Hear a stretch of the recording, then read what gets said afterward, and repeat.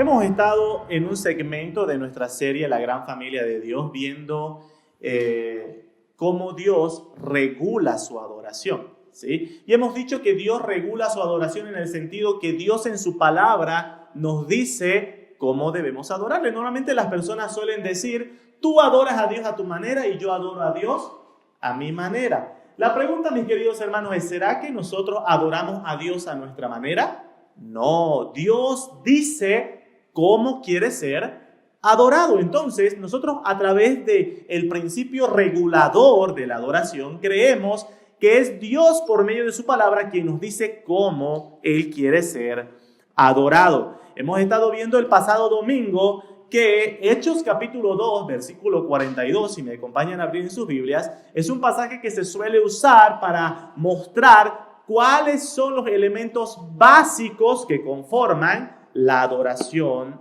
al Señor. ¿Qué debe contener un culto de adoración al Señor? ¿Será que en el culto de adoración podemos bailar, podemos hacer muchas otras cosas? No, Dios nos dice qué es lo que debemos hacer en un culto de adoración y tenemos el ejemplo de la iglesia del primer siglo. Hechos capítulo 2, verso 42. Y quiero que todos juntos leamos estos versículos. 2, 3 dice, y perseveraban en la doctrina de los apóstoles, en la comunión unos con otros, en el partimiento del pan y en las oraciones.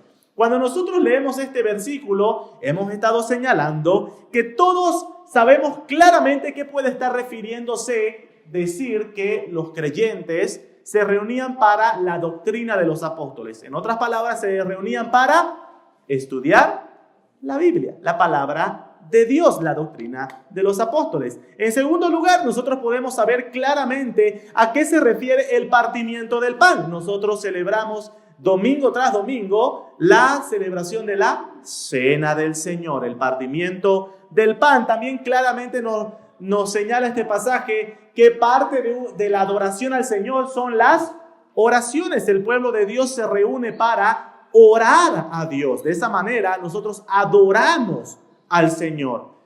Lo que siempre ha sido origen de debate es qué significa la comunión unos con otros.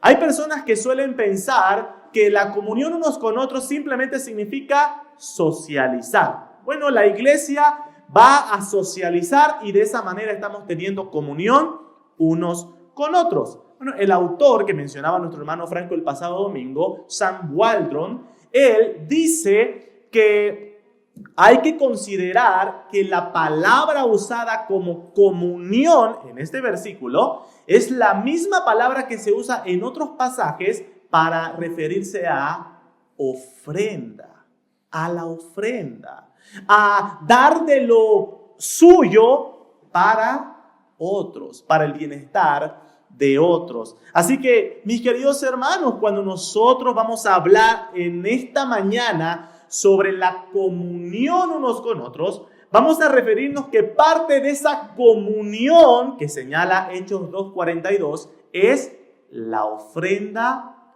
bíblica. Es por eso que nosotros, como parte de nuestro servicio de adoración, de nuestra liturgia, recogemos las ofrendas.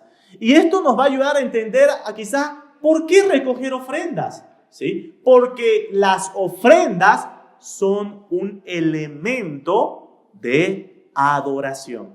Y eso es lo que vamos a ver en esta mañana. Y vamos a ver 3 puntos sobre la ofrenda como un elemento de adoración. Punto número 1. Vamos a ver el fundamento bíblico sobre la ofrenda. Punto número 2. ¿Cómo dice Dios que debemos ofrendar? Y punto número 3, ¿por qué no ofrendamos correctamente?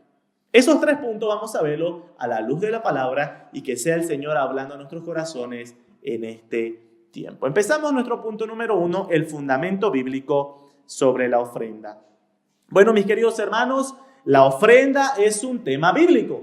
La ofrenda es algo que se encuentra en las Sagradas Escritura. El problema está que muchas iglesias han dejado de hablar de la ofrenda por el mal ejemplo de aquellas mega iglesias de la prosperidad. Esas falsas iglesias de la prosperidad enseñan un concepto errado de las ofrendas.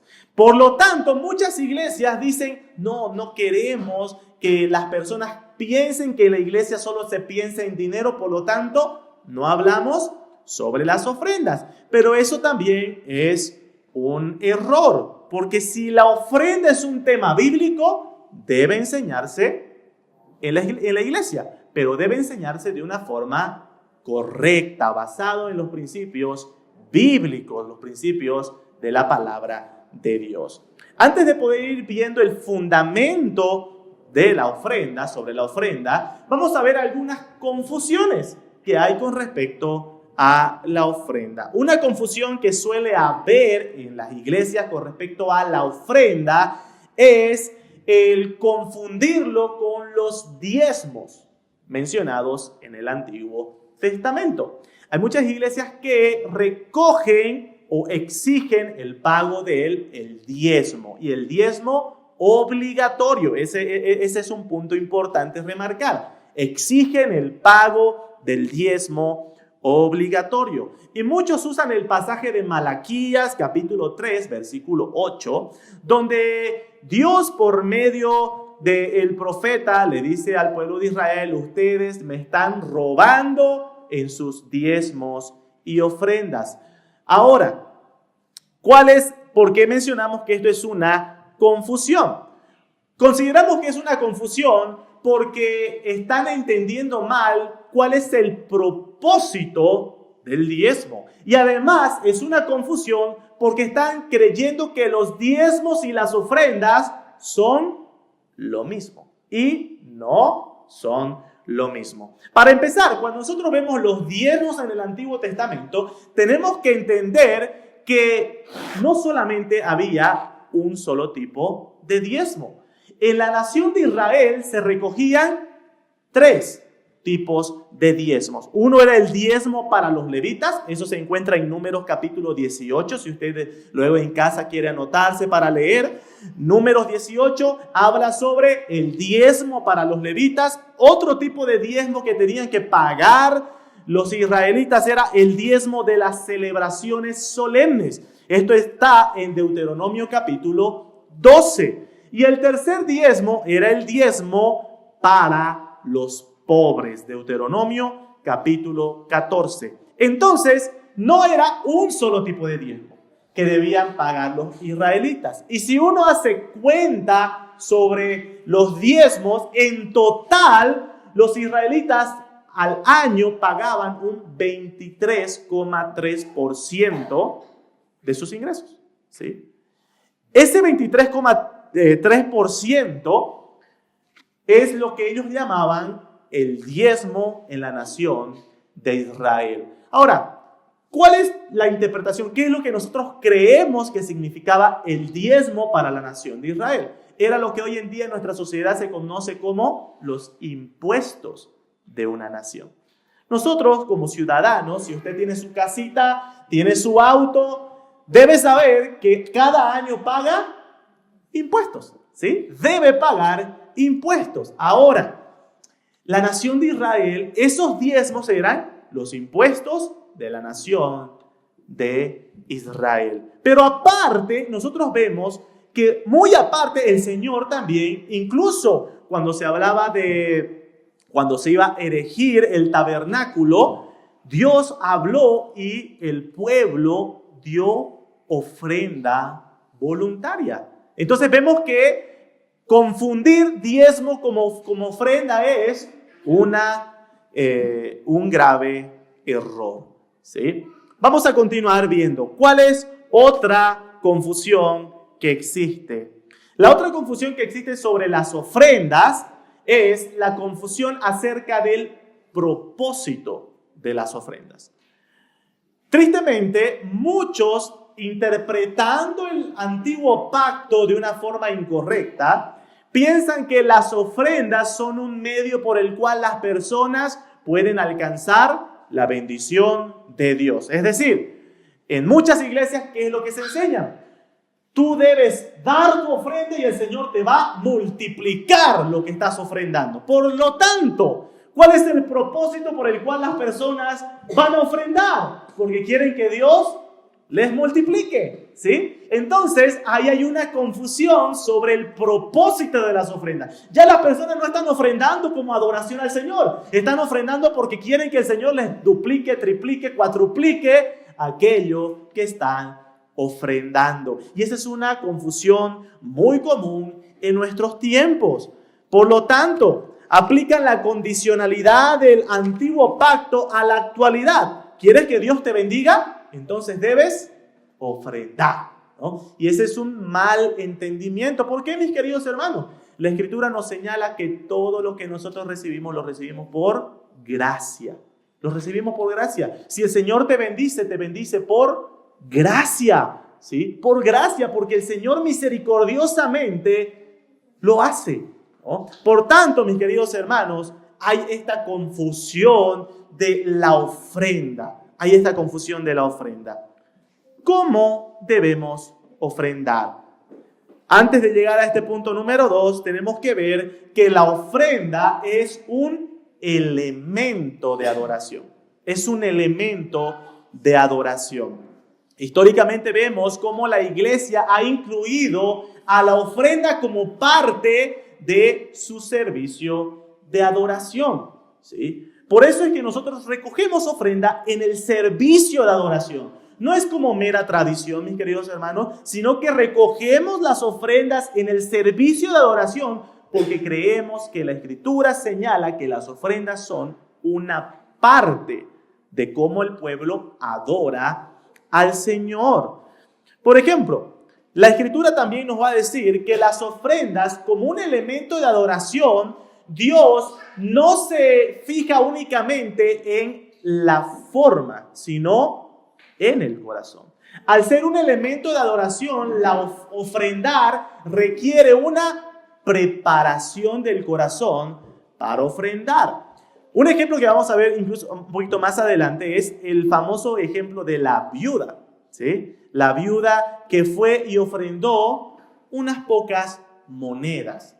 Y vemos cómo el Señor Jesús resalta la ofrenda de la viuda y dice, ella ofrendó más que todos estos otros. ¿Por qué? Porque el Señor, con respecto a la ofrenda, como un elemento de adoración, no se fija en cantidades, sino en una disposición del corazón para adorar. Es lo mismo que los demás elementos de adoración, mis queridos hermanos. Usted puede estar sentado esta mañana aquí, puede estar cantando, pero sin necesidad de estar verdaderamente adorando al Señor. ¿Por qué? Porque usted puede estar cantando de labios para afuera, pero su corazón y su mente puede estar en otras cosas. Usted en este momento puede estar diciendo, ay, estoy adorando al Señor porque estoy escuchando la palabra, pero por ahí ni siquiera está escuchando, ¿sí? Está en un estado en el cual está pensando en los problemas, en las situaciones que está atravesando en la familia, en su casa, en el trabajo. Por tanto, adorar al Señor no consiste en prácticas superficiales, sino en una disposición del corazón cuando nosotros hacemos esos elementos que el Señor nos ha dado. Mencionaba hace rato el pasaje de Malaquías y quiero que me acompañen a Malaquías para poder ver cómo es posible que una persona haga ciertas cosas, pero si su corazón no está dirigido, preparado, entonces esa acción queda como una acción superficial y vacía. Malaquías capítulo 1. Malaquías capítulo 1. Vamos a leer versículos 11 en adelante. Dice, versículo 11 dice, porque desde donde nace el sol hasta donde se pone es grande mi nombre entre las naciones y en todo lugar se ofrece a mi nombre incienso y ofrenda limpia, porque grande es mi nombre entre las naciones, dice Jehová de los ejércitos, y vosotros lo habéis profanado. Quiero que entiendan una cosa antes de continuar con la lectura, mis queridos hermanos. Los israelitas a los cuales les está escribiendo el profeta, ellos seguían ofreciendo sacrificios, pero el profeta Malaquías está diciendo, ustedes están profanando el nombre de Dios. ¿Por qué? ¿Cuál es la razón?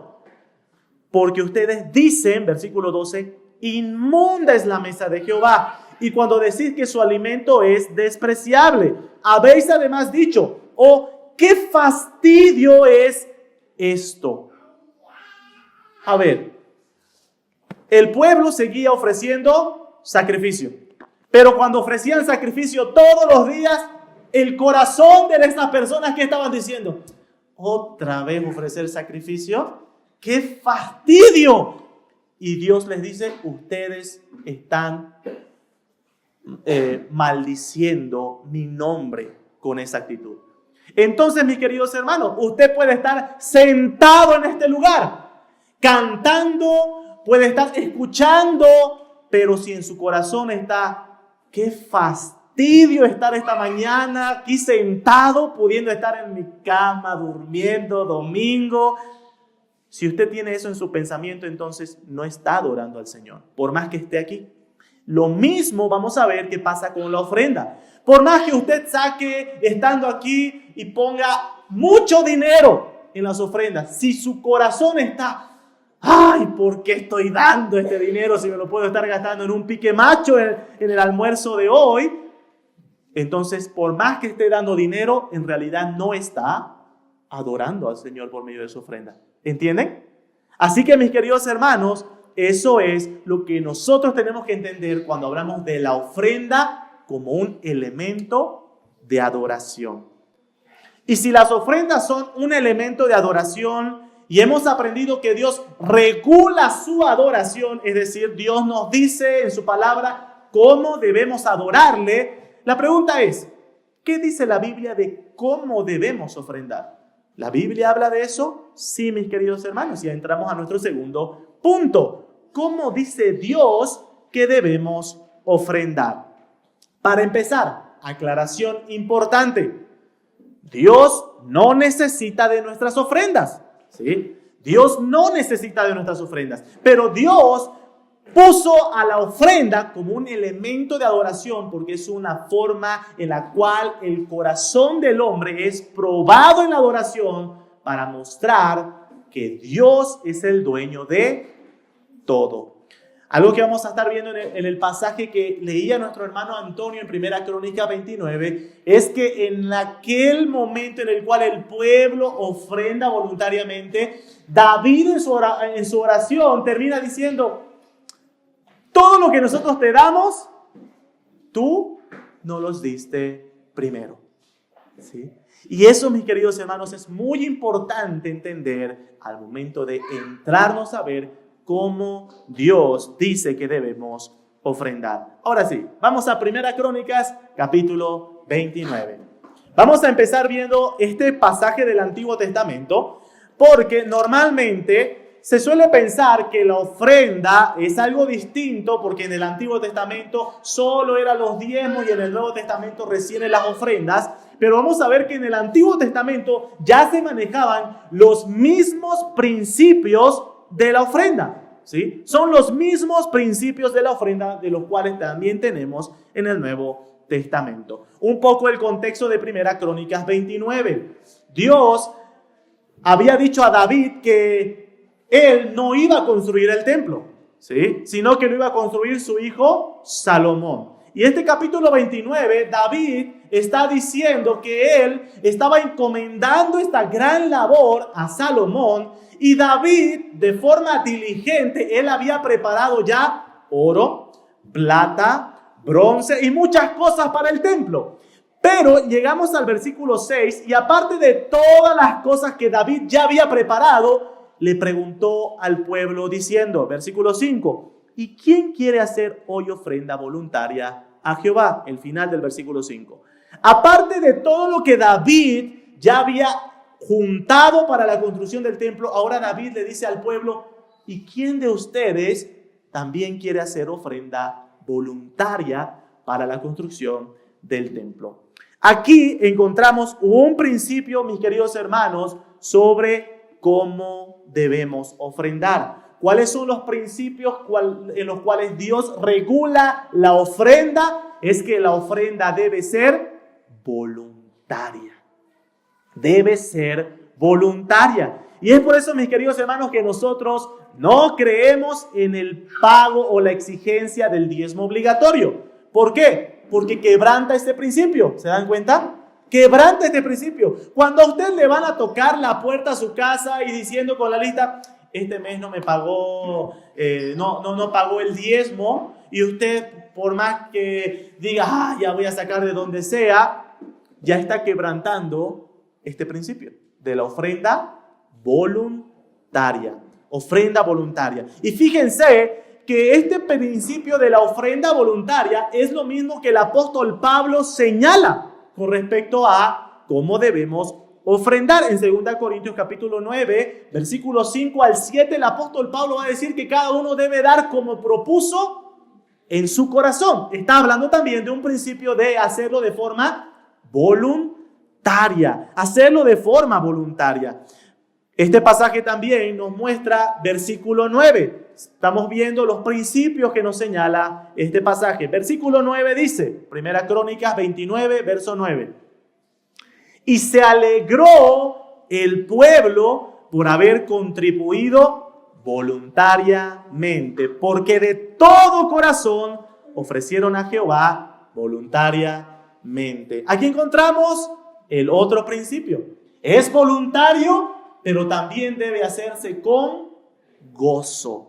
Con gozo. ¿Se dan cuenta que es lo mismo que señala el apóstol Pablo? Él dice, cada uno dé como propuso en su corazón, y luego también el apóstol Pablo va a decir que Dios ama al dador alegre. Es el mismo principio. Es el mismo principio, mis queridos hermanos. Si usted ofrenda, da dinero en las ofrendas, pero no hay gozo en su corazón al momento de ofrendar, entonces no está adorando al Señor. No tiene un corazón preparado para adorar al Señor por medio de sus ofrendas. Y versículos 11 al 14 nos muestra el principio fundamental del cual parte una preparación para nuestras ofrendas. La oración de David dice: tuya es, oh Jehová, la magnificencia, el poder, la gloria, la victoria y el honor, porque todas las cosas que están en los cielos y en la tierra son tuyas. Tuyo, oh Jehová, es el reino, y tú eres excelso sobre todos. Las riquezas y la gloria proceden de ti, y tú dominas sobre todo. En tu mano está la fuerza y el poder, y en tu mano el hacer grande y el dar poder a todos. Ahora pues, Dios nuestro, nosotros alabamos y logramos tu glorioso nombre, porque ¿quién soy yo y quién es mi pueblo para que pudiésemos ofrecer voluntariamente cosas semejantes? Y fíjense la declaración con la que termina David su oración. Pues todo es tuyo, y de lo recibido de tu mano te damos. Mis queridos hermanos, este es un principio fundamental para preparar nuestro pensamiento y nuestro corazón al momento de ofrendar.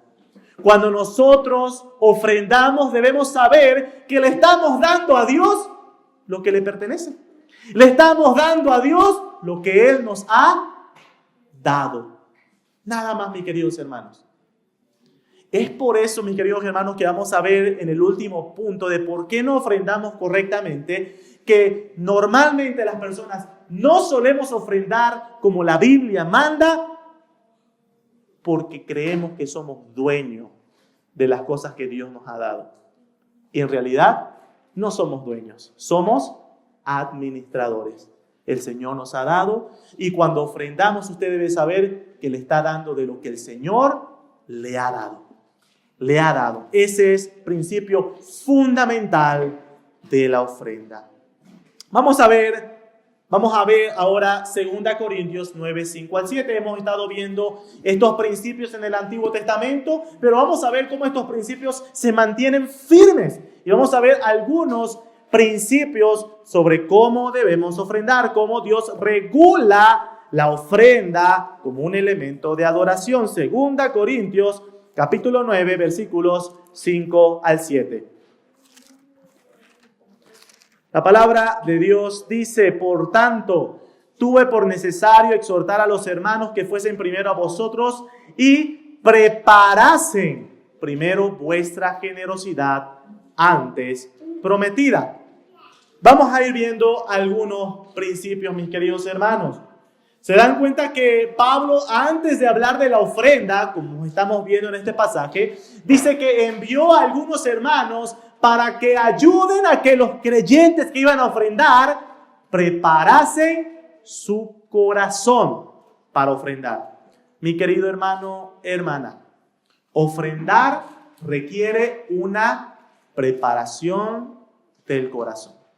Yo le pregunto esta mañana, mi querido hermano, antes de venir al servicio de oración, ¿usted ya preparó en su corazón ofrendar? O cuando está sentado acá y ve pasar la bolsita, dice, ahora sí, ¿qué hago? ¿Ofrendo o no ofrendo? Recién tomando la decisión aquí. No, hermanos, ofrendar requiere una preparación anticipada de nuestro corazón. Es eso lo que está señalando este pasaje. El apóstol Pablo envió personas para que prepare el corazón de estas personas. Continuamos leyendo. Versículo 5 dice, preparasen primero vuestra generosidad antes prometida, para que esté lista como de generosidad y no como de exigencia nuestra. Fíjense, queridos hermanos, en ese versículo 5 hay una palabra que se repite 2 veces. ¿Cuál es? Generosidad. Hemos visto un primer principio que la ofrenda requiere una preparación anticipada de nuestro corazón. Segundo principio, las ofrendas deben ser hechas con generosidad. Ahora, ¿qué significa que nuestras ofrendas deben ser hechas con generosidad? Y el versículo 6 quiere reafirmar un poquito la idea de esto de la generosidad. Versículo 6 dice, pero esto digo, el que siembra escasamente, también segará escasamente, y el que siembra generosamente también segará. Ahora, mis queridos hermanos, aclaración importante de la generosidad. La generosidad no consiste en un monto de dinero específico, sino consiste en la convicción de tu corazón al momento de ofrendar algo. Por eso mencionaba anteriormente el ejemplo de la viuda, ¿sí? Y a ver, vamos a leerlo en Marcos capítulo 12. Marcos capítulo 12.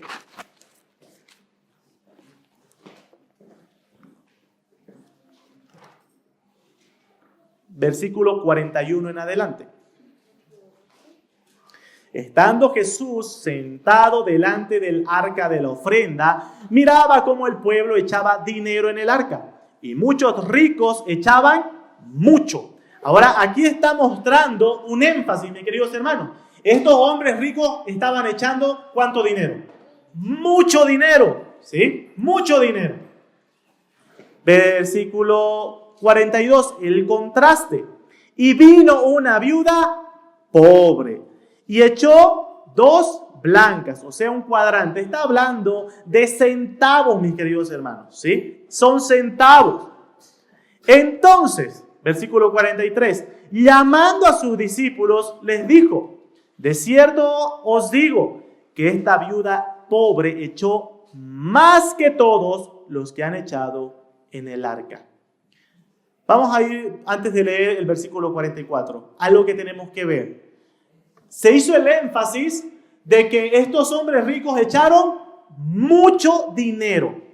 Desde nuestra perspectiva podría ser, ellos fueron generosos en su ofrenda, ¿verdad? Pero quiero que veamos en el versículo 44 que nos va a mostrar qué es lo que vemos con respecto a la ofrenda y la generosidad. Versículo 44 dice, porque todos han echado de lo que les sobra, pero esta de su pobreza echó todo lo que tenía, todo su sustento. La generosidad referida en las ofrendas, mis queridos hermanos, es que nuestras ofrendas no deben ser lo que nos sobra. Debe ser algo planificado. Debe ser algo en lo cual yo quiero ser generoso en la ofrenda, pero debe ser planificado.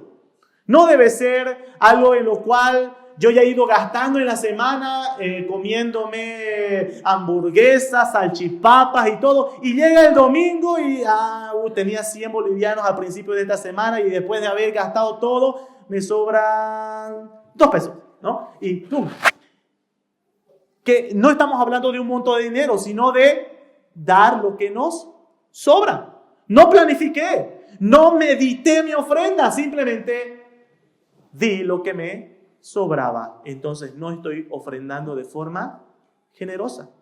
Incluso puede que alguien tenga mucho dinero, como el caso de estos hombres ricos, y pueda ofrendar mucho más dinero que cualquiera de las otras personas de la iglesia. Pero si no lo meditó en su corazón, no partió de una convicción que el Señor puso en su corazón, entonces no está siendo generoso. Puede que esté motivado por cualquier otra cosa. ¿Entienden, mis queridos hermanos? La ofrenda requiere en la generosidad que sea planificado, que sea algo meditado en el Señor. Y ahí pasa el siguiente principio, cuando dice que lo hagamos según hemos propuesto en nuestro corazón. Usted ya propuso en su corazón al momento antes de venir aquí, esto lo aparto, esto separo para ofrendar al Señor. Eso requiere la adoración por medio de nuestras ofrendas, que hayamos preparado nuestro corazón para ofrendar. Y esto también nos marca otro principio de la ofrenda. Cuando señala la palabra del Señor de que esta convicción parte de algo que propuse en mi corazón, también señala de que es algo que se hace en lo secreto. El Señor Jesús en Mateo capítulo 6 habla sobre esto, diciendo, vamos a Mateo capítulo 6. Mateo capítulo 6, versículo 3. Pero cuando tú des limosna, no sepa tu izquierda lo que hace tu derecha, para que sea tu limosna en secreto. Y tu Padre que ve en lo secreto te recompensará en público. Mis queridos hermanos, debe ser en secreto. ¿Sí? Por eso habla debe ser lo que tú propones en tu corazón. No debes estar anunciándolos a todos y decir, me estoy proponiendo ofrendar el 25% de mis ingresos mensuales. No, ya no te estás proponiendo en tu corazón, estás anunciándolo.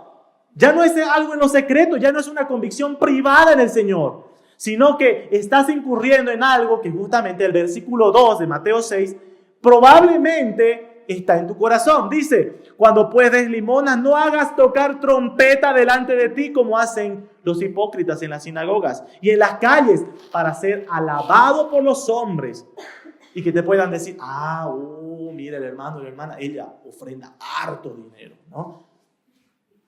Bueno, ahí no estás adorando al Señor con tu ofrenda. Lo único que estás buscando es que las personas te aplaudan por ser tan bueno, tan generoso.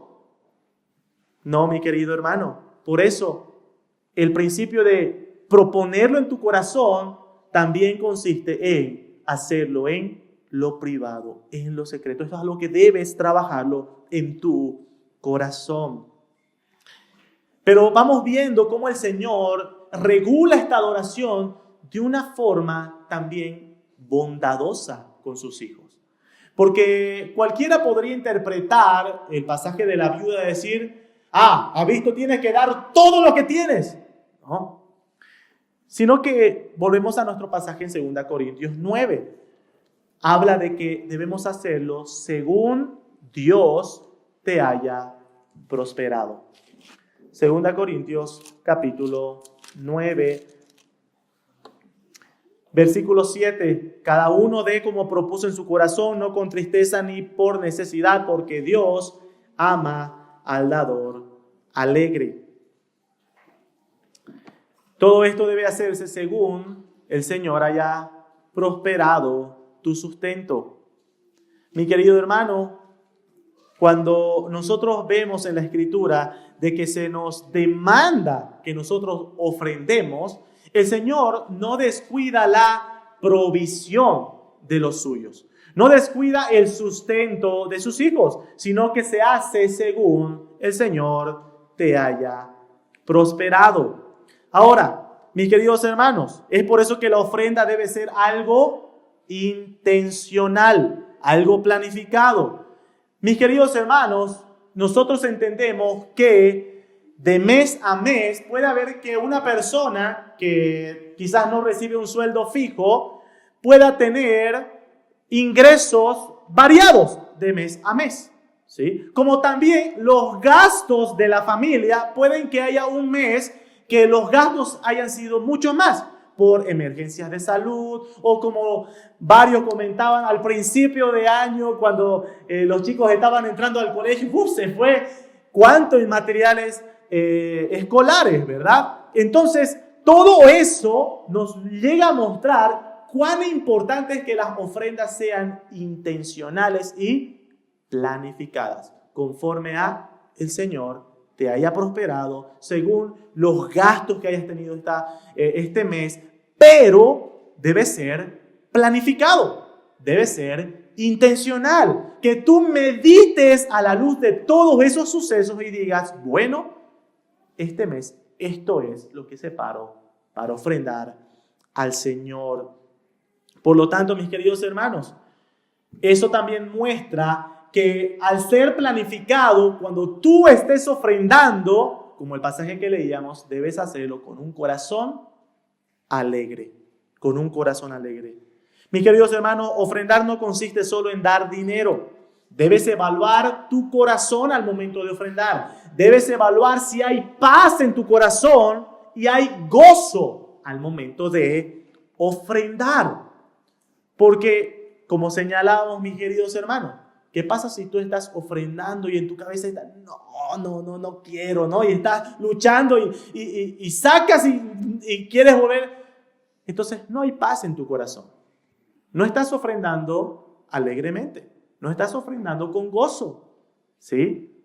Entonces, mis queridos hermanos, en este pasaje vemos cómo debemos preparar nuestra ofrenda. Último principio, mis queridos hermanos, cómo el Señor regula la ofrenda como un elemento de adoración. Primera Corintios capítulo 16. Primera Corintios capítulo 16. Versículo 1 dice, en cuanto a la ofrenda para los santos, haced vosotros también de la manera que ordené en las iglesias de Galacia, cada primer día de la semana. ¿Qué significa cada primer día de la semana? ¿No? Todos los domingos, ¿sí? No es algo ocasional. Cada primer día de la semana, cada uno de vosotros ponga aparte algo según haya prosperado, el principio que mencionábamos anteriormente, guardándolo, separándolo, para que cuando yo llegue no se recojan entonces ofrendas. ¿Cuál es el último principio que debemos ver? Es que la ofrenda debe ser algo regular. ¿A qué nos referimos como algo regular? Algo que lo hacemos de forma periódica, ¿sí? De forma periódica. Mis queridos hermanos, este principio señala que cuando una persona prepara su corazón para ofrendar y entiende que la ofrenda es un elemento de adoración, prepara su corazón, se prepara de tal forma que lo pueda hacer de forma constante, regular. ¿Esto por qué, mis queridos hermanos? Porque quizás podemos nosotros llegar a pensar, pero si ya se recogió ofrenda el pasado domingo, ¿para qué vamos a volver a recoger este domingo? Estamos viendo que este es un contexto de elemento de adoración, mis queridos hermanos. Por medio de las ofrendas adoramos al Señor. Claro que obviamente nosotros como iglesia creemos que la ofrenda debe ser usada también bajo los principios de la Escritura, ¿sí? Por ejemplo, la Escritura nos muestra que las ofrendas deben de ser usadas para la ayuda a los necesitados, debe ser usada para la expansión del reino, debe ser usada para la administración de la iglesia, ¿verdad? Entonces, la ofrenda debe ser usada de esa forma, para el sustento, en algún momento poder sostener a los obreros del Señor. Entonces, todas esas cosas se deben manejar de forma transparente, sí, pero la convicción de cada creyente debe ser responsable en el Señor, ser regular en las ofrendas que damos. Ahora, esos son los principios y entramos a nuestro último punto, mis queridos hermanos. Si esto es lo que nos dice la Biblia de cómo debemos ofrendar, punto número 3, la pregunta es, ¿por qué no ofrendamos correctamente? ¿Por qué razones no ofrendamos correctamente? Vamos a ver dos razones principales, ¿sí? Dos razones principales. En primer lugar, porque no vemos a ofrendar como un deber de cada creyente, ¿sí? No vemos a ofrendar como un deber de cada creyente. Como señalábamos al principio del mensaje, las malas enseñanzas de aquellas falsas iglesias de la prosperidad han llevado al extremo de decir, no es necesario ofrendar, ¿sí? Porque si no, los inconversos van a creer que aquí en la iglesia solo se piensa y se habla de ofrenda. Pero no, mis queridos hermanos, ofrendar es bíblico y es un elemento de adoración. Y si es un elemento de adoración, por lo tanto es un deber, es una responsabilidad de cada creyente. Pero ¿por qué, queridos hermanos, solemos pensar que la ofrenda es un peso o una carga? ¿Por qué no la vemos con los ojos que nos señala la Escritura de que debemos ofrendar con un corazón alegre? ¿Por qué me cuesta? ¿Sí? ¿Por qué cuando ofrendo no ofrendo gozoso, sino que me duele hacerlo? Bueno, mis queridos hermanos, porque creemos que este dinero o estas cosas que el Señor o que tenemos son nuestras. Creemos que nos pertenecen. Si nosotros partiéramos del entendimiento de aquella oración de David, de decir, todo lo que tengo, todo lo que soy, Dios me lo ha dado. Y todo lo que yo le puedo dar al Señor es darle de lo que Él me dio, ¿sí? Eso ayudaría a que nuestro corazón pueda ser preparado para ofrendar. También, mis queridos hermanos, un pastor solía decir, ¿cómo evalúo si tengo un corazón preparado para ofrendar? Él decía, quiero que evalúes. Si tú sales a comer a algún lugar y gastas un monto de dinero X, ¿sí? Y ese mismo monto de dinero luego lo llevas al plano de la ofrenda. Si para comer no te pareció mucho dinero, pero para ofrendar sí te parece mucho dinero, entonces no tienes un corazón preparado, porque te das cuenta que no tiene que ver con el monto del dinero, sino con el uso que le estás dando. Es el mismo monto, pero tú dices, ¿para satisfacerme? No es un monto alto, pero para la ofrenda al Señor, no, es mucho. Entonces, hay un problema en nuestro corazón. No estamos con un corazón preparado para ofrendar. Qué lindo es leer en 1 Crónicas 29 que el pueblo se gozó al dar su ofrenda voluntaria. Se gozó, se puso alegre. Eso deberíamos buscar trabajar en nuestro corazón, mis queridos hermanos. Que cuando ofrendemos hay un corazón alegre, gozoso de hacerlo. Entender que es un privilegio, mis queridos hermanos. En la oración de David le dice al Señor, ¿quién soy yo y quién es mi pueblo para que pueda ofrecerte algo? Mi querido hermano, eso debe estar en nuestro corazón al momento de ofrendar. De decir, amado Dios, ¿quién soy yo para ofrecerte algo? ¿Quién soy yo para darte algo? Es un privilegio. Es un privilegio. Así que, primera razón por qué nosotros no ofrendamos correctamente. No vemos a ofrendar como un deber y mucho menos lo vemos como un privilegio. No tenemos un corazón preparado. Y en segundo lugar, ¿por qué no ofrendamos correctamente? Debido al manejo de nuestras finanzas. Tenemos un problema con el manejo de aquello que el Señor nos provee. La Escritura nos instruye sobre cómo nosotros debemos buscar manejar nuestras finanzas. Y aquí voy a hacer uso de algunos conceptos del libro Finanzas Bíblicas de Héctor Salcedo. Y él va a mencionar ciertas malas formas en las cuales nosotros administramos aquello que el Señor nos ha provisto, pero también en su libro él va a mostrar cómo la Escritura nos señala cómo nosotros deberíamos administrar nuestras finanzas. Y él dice lo siguiente, va a decir que la Escritura nos va a mostrar cuáles son las responsabilidades financieras que un creyente debe cumplir. En primer lugar, la palabra del Señor va a hacer énfasis de que una responsabilidad financiera de un creyente es el sustento de la familia, ¿verdad? El sustento de la familia. Usted, cada vez que el Señor le provee algo, una de las responsabilidades que tiene es el sustento de la familia. En 1 Timoteo capítulo 5, versículo 8, la Escritura va a hablar cuán fuerte con aquellos que no proveen para los suyos, ¿sí? Para su familia. 1 Timoteo capítulo 5, versículo 8. Dice: porque si alguno no provee para los suyos y mayormente para los de su casa, ha negado la fe y es peor que un incrédulo. Así que, mis queridos hermanos, el sustento de la familia es un deber, es una responsabilidad. Cuando nosotros hablamos de la ofrenda, en ningún momento decimos, ofrende, mi querido hermano, hermana, por más que en la casa se queden sin sustento. No, creemos que es un deber. Es una responsabilidad que muestra la Escritura sobre las finanzas, ¿sí? Usted debe proveer, debe tener el sustento de su familia.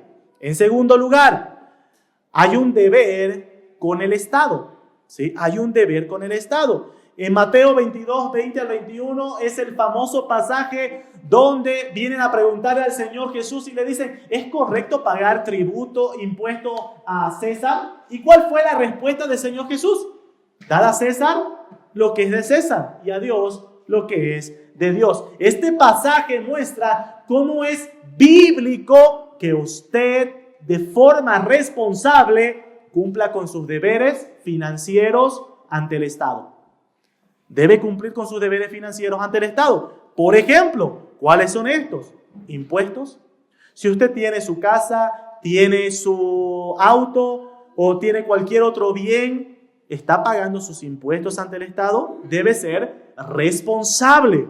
En segundo, otros aspectos que forman parte de estos deberes ante el Estado y la sociedad. Nosotros en casa pagamos también agua, luz, pagamos servicio de alcantarillado, limpieza con otros impuestos que se van en ciertas facturas. ¿Está al día con todo eso, mi querido hermano o hermana? Eso forma de la responsabilidad financiera de cada creyente. Entonces, cada creyente, ¿qué es lo que debe hacer cada mes responsablemente en el ámbito financiero? Debe separar lo que es el sustento a la familia, debe separar lo que significa el deber y la responsabilidad con el Estado y la sociedad. En tercer lugar, ¿qué dice la Biblia de nuestra responsabilidad financiera? Héctor Salcedo va a decir que es algo bíblico ser generoso con los demás, ayudar a mi prójimo, ¿sí? La palabra del Señor va a decir que es más bienaventurado dar que recibir. Cuando el apóstol Pablo en Efesios capítulo 4 le dice al que antes robaba, le dice que ya no robe, sino que trabaje. ¿Para qué? Para que pueda compartir con el que no tiene. Lo mismo Pablo le dice en su carta a Timoteo, que les diga a los ricos que sean responsables con sus riquezas y que ayuden a los más necesitados. Mis queridos hermanos, un deber financiero de cada creyente es ayudar a los demás. Es un deber. Entonces, ¿de qué manera, de forma responsable, cada mes debemos ir pensando? Bueno, el sustento de la familia, debo separar esto para el sustento de la familia. Debo separar esto para pagar mis responsabilidades ante el Estado y la sociedad. Debo separar esto otro también para ayudar al que no tiene, ayudar a los necesitados. Y un último aspecto que señala la Escritura de que forma parte de las responsabilidades financieras de un creyente es la obra del Señor. Desde el Antiguo Testamento vemos cómo el Señor ha usado por medio de las ofrendas, incluso parte de los diezmos, el tributo que pagaban los israelitas tenía que ver también con el sustento de los levitas que servían en el templo. En el pasaje que nosotros vemos en 1 Crónicas 29, vemos que el pueblo estaba ofrendando, pero quiero preguntarles, ¿cuál era el propósito por el cual estaba ofrendando en 1 Crónicas 29? Era la construcción del templo. ¿Se dan cuenta, mis queridos hermanos? Hay un deber financiero de cada creyente con la obra del Señor. ¿Cómo entonces yo debo prepararme financieramente cada mes? Debo prever el sustento de la familia. Debo prever mis responsabilidades ante el Estado. Pero luego estas últimas dos tienen que ver con la ofrenda bíblica. Tiene que ver con la ofrenda bíblica. Entonces, mis queridos hermanos, ya terminando, el problema con nuestra administración financiera es que normalmente estos últimos dos puntos no los tomamos en cuenta. O yo le pregunto a mi querido hermano, cuando usted piensa en sus responsabilidades de este mes financieramente, ¿usted piensa en este monto de dinero voy a usar para ayudar a mis hermanos necesitados? ¿Voy a usarlo para la obra del Señor? No, muchas personas no piensan de esa manera. Entonces, la forma en la que administramos los recursos va a repercutir en la forma en la que ofrendamos, ¿sí? Entonces, mis queridos hermanos, aplicaciones finales. Estimado hermano, hermana, ofrendar requiere una intencionalidad desde el corazón. Pero cuando usted ofrende, si en algún momento, mi querido hermano, usted está pensando y dice, lo que estoy ofrendando es demasiado, déjeme decirle que cualquier cosa que usted ofrende nunca va a ser demasiado comparada con la ofrenda máxima que el Dios mismo hizo. ¿Cuál fue aquella ofrenda máxima de Dios? Que Él dio a su propio Hijo como ofrenda por nuestros pecados. Así que, mi querido hermano, nada de lo que nosotros podamos ofrendar se compara. Puede llegarle siquiera a lo más mínimo a aquella ofrenda máxima hecha por el Señor. Así que esto, mi querido hermano, anime nuestro corazón. Seamos ordenados, seamos responsables y entendamos que ofrendar es un elemento de adoración.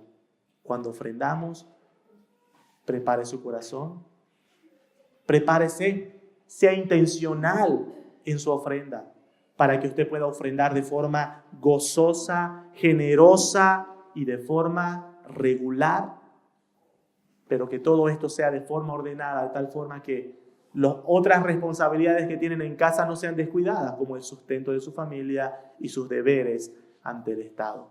Pero no descuidemos, mis queridos hermanos, este aspecto de que ofrendar es adorar al Señor.